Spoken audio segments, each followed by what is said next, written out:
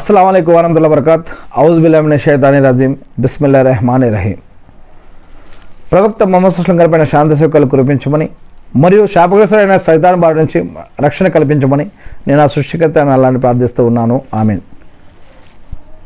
ఒకసారి Hazrat Umar bin Khattab రజల్లాహు గారి కథనం ప్రకారం దైవ ప్రవక్త ముహమ్మద్ సల్లల్లాహు అలైహి వసల్లం గారి సన్నిధికి కొందరు ఖైదీలు వచ్చారు.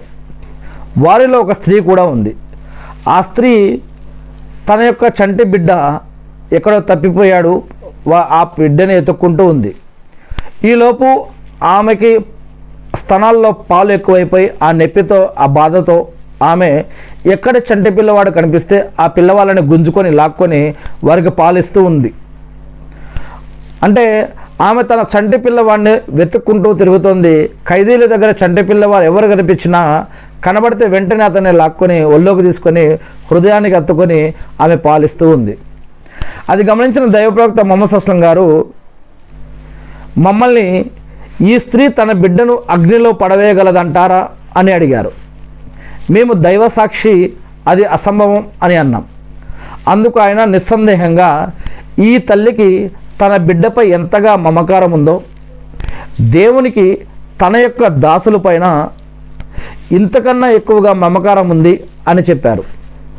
ఒక తల్లి తన యొక్క కన్నబిడ్డని ఎంతగా ప్రేమిస్తుందో దేవుడు తన యొక్క భక్తుల్ని దాసుల్ని అంతకంటే ఎక్కువగా ప్రేమిస్తాడు అని చెప్పడం జరిగింది. మరియు మన రాబో హదీసుల్లో మనం ఇంకో హదీస్ తెలుసుకోబోతూ ఉన్నాము. అదేమిటంటే దేవుడి దగ్గర 100 రకాల కారుణ్యాలు ఉన్నాయి. ఆ 100 రకాల కారుణ్యాలలో ఒక కారుణ్యాన్ని దేవుడు మానవులకు ఇచ్చాడు. మిగతా 99 కారుణ్యాలు దేవుడు తన వద్దనే పెట్టుకున్నాడు.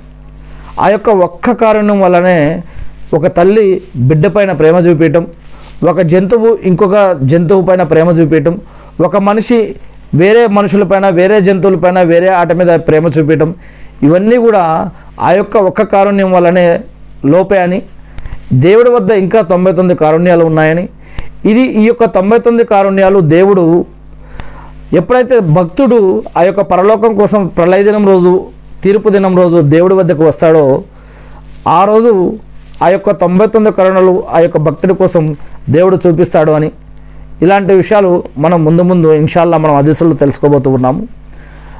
మరి ఇక్కడ సహాబాలకు వచ్చిన డౌట్ ఏంటంటే, మరి ఇక్కడ ఈ హదీసు పూర్వాపరాలు కనుక పరిశీలిస్తే తెలిసేది ఏంటంటే, ఆనాడు అరబ్బుల్లో మరి అక్కడ మక్కా మదీనాలో